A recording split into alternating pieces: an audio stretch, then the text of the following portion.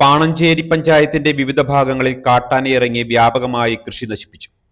വഴുക്കുംപാറയിലും ചാണോത്തുമാണ് കാട്ടാനക്കൂട്ടം കാർഷിക വിളകൾ നശിപ്പിച്ചത്. വഴുക്കുംപാറയിൽ 10ഓളം കർഷകരുടെ കൃഷിയാണ് കാട്ടാന നശിപ്പിച്ചത്. രാത്രിയിൽ കൃഷിയിടത്തിലിറങ്ങിയ ആന വീടിന്റെ മുറ്റത്ത് നിലയുറപ്പിച്ചതോടെ കർഷകർ ഏറെ പരിഭ്രാന്തിയിലായി. കഴിഞ്ഞ ചില വർഷങ്ങളായി പ്രദേശത്ത് കാട്ടാന ശല്യമുണ്ടെങ്കിലും വീടിന് സമീപത്തേക്ക് കാട്ടാന എത്തുന്നത് ഇതാദ്യമാണെന്ന് നാട്ടുകാർ പറഞ്ഞു. തെങ്ങ്, വാഴ, കവുങ്ങ്, റബ്ബർ, നഴ്സറിയിലെ ചെടികൾ തുടങ്ങിയവ പൂർണ്ണമായും നശിപ്പിച്ച നിലയിലാണ്.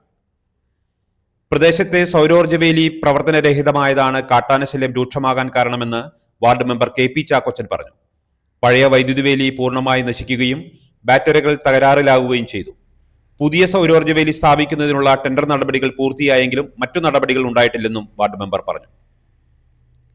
ജനങ്ങൾക്ക് സംരക്ഷണം നൽകേണ്ട സർക്കാർ നോക്കുകുത്തികളാകുന്ന അവസ്ഥയാണെന്നും വന്യമൃഗങ്ങളുടെ ആക്രമണത്തിൽ നിന്ന് സംരക്ഷണം ഉറപ്പുവരുത്തണമെന്നും കർഷകർ ആവശ്യപ്പെട്ടു. സ്ഥലം MLAയും റവന്യൂ വകുപ്പ് മന്ത്രിയുമായ K. രാജൻ പ്രശ്നത്തിൽ അടിയന്തര നടപടി സ്വീകരിക്കണമെന്നും അവർ പറഞ്ഞു.